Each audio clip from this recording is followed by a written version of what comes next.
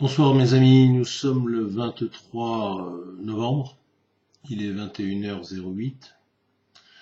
Je viens de voir une vidéo d'un syndicaliste de la police qui vient de m'apprendre, je ne le savais pas, que demain il y aura une marche blanche en mémoire de Maggie Beskuski, cette policière dont on dit qu'elle s'est suicidée, mais d'autres échos semblent prouver que c'est pas forcément le cas, mais dans le doute, je n'en parlerai pas. Alors que nous serons rassemblés pour faire tomber ce gouvernement avec l'espoir que tous, demain, seront jugés, pas seulement ceux du gouvernement Macron, mais aussi ceux des gouvernements précédents, ceux qui nous dépouillent depuis des décennies, qui nous prennent pour des descendants, pour des petits ou des petites gens. Je vous demande à toutes et à tous d'avoir une pensée pour Maggie, mais pas que pour elle. Je vous demande d'avoir une pensée que j'aurai personnellement pour tous ces Français, agriculteurs, policiers, gendarmes, employés de banque aussi, anonymes, qui se suicident. J'ai envie de vous dire, pour moi, dans mon cœur, voilà aussi le vrai combat que nous menons. Ce stress permanent que nous mettons, que nous subissons en permanence dans les entreprises où il faut être tous les jours plus performant, où nous subissons tous les jours les mensonges des médias, où les fins de mois sont de plus en plus difficiles, face à une offre consumériste de plus en plus grande, avec des panneaux 4x3, avec la télévision, la publicité, sur Internet aussi. Et cette frustration que la majorité de Français, mais pas que, nous subissons au quotidien, de se dire non, je ne ferai pas ce voyage, non, je ne pourrai pas prendre de vacances, non, je ne peux pas me payer ce petit gilet ou ce petit ensemble, parce que il faut manger, et manger c'est la priorité. Et puis il y a les impôts à payer, et puis il y a la taxe foncière à payer, et puis il y a la taxe d'habitation à payer.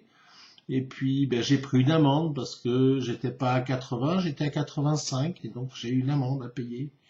Et puis il y a les assurances, et puis il y a le chauffage, et puis il y a l'essence ou le gasoil à mettre dans la voiture, et puis il y a les nounous qu'il faut payer parce que si je ne travaille pas, Pôle emploi va me dire que c'est pas normal, donc peut-être va me sucrer mes indemnités, je dirais. Mais si je vais travailler, quand j'aurai fini de travailler à la fin du mois, quand j'aurai déduit mes frais kilométriques, quand j'aurai déduit la nounou, quand j'aurai déduit la cantine, quand j'aurai déduit tout ça, finalement, si j'avais perçu qu'un simple RSA, j'aurais certainement mieux vécu. Voilà aujourd'hui ce qui nous crée du stress, à tous et à toutes. Alors, je ne sais pas si toi, Maggie, si tu m'entends, je ne sais pas si tu t'es suicidé. J'en suis pas sûr. J'en suis pas sûr. Mais en tout état de cause, pour ma part, j'ai une pensée pour toi. J'ai aussi une pensée pour ton collègue qui s'est suicidé le lendemain, d'ailleurs, de ton suicide, dont on ne parle pas, de cet homme-là. Celui qui s'est suicidé le jour suivant, d'ailleurs, dans le nord de la France. Voilà. J'ai une pensée pour vous tous.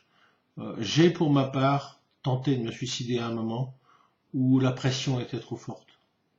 Je sais ce que c'est. Je vous le dis, si vous m'écoutez. Ne le faites pas, c'est une bêtise. Il ne faut pas se suicider. Il faut se battre.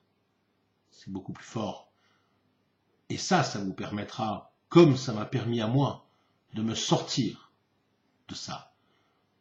Ce combat, c'est lui aujourd'hui qui me permet de vivre et d'être heureux de voir que vous êtes de plus en plus nombreux à me suivre.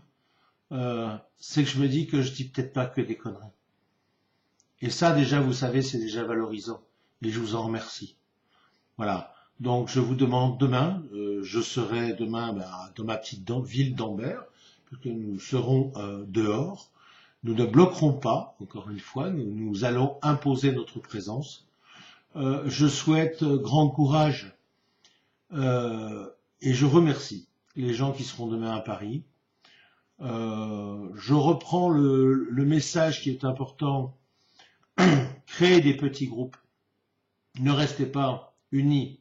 Vous allez faciliter le travail des forces de l'ordre. Au contraire, faites des petits commandos. C'est ce qu'on appelle la guerre urbaine. Voilà. Parce que si vous faites des petits commandos, eh bien, au bout d'un moment, les forces de l'ordre ne sauront plus où vous êtes et comment vous bloquez. Voilà. Écoutez, on va aller se coucher. Hein, il n'est pas tard, mais moi j'ai, comme vous, je pense, hein, surtout et je pense surtout à ceux qui sont sur les barrages de jour et de nuit. La journée a été difficile, la semaine a été difficile. Ça fait maintenant plus de 15 jours. Ouais, c'est pas simple, mais au bout du compte, au bout de cette révolution, parce que comme je l'ai toujours dit, ce n'est pas une manifestation, c'est une révolution.